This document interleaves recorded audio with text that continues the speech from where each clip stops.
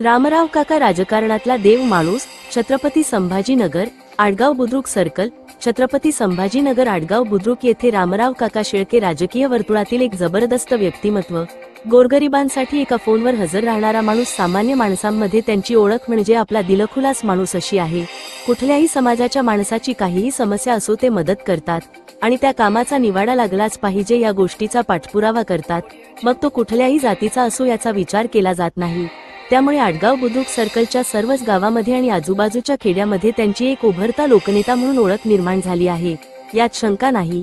ते आपल्या भाषणातून नेहमी म्हणत असतात, मी सत्तेत असो नसो जनतेचे कामे नेहमी करत राहील आणि कोणालाही कोणतीही समस्या येऊ देणार नाही, असे ते म्हणाले. आडगाव बुद्रुक गावामध्ये रहिवाशांनी आपली व्यथा मांडली. रोडची फार मोठी समस्या होती.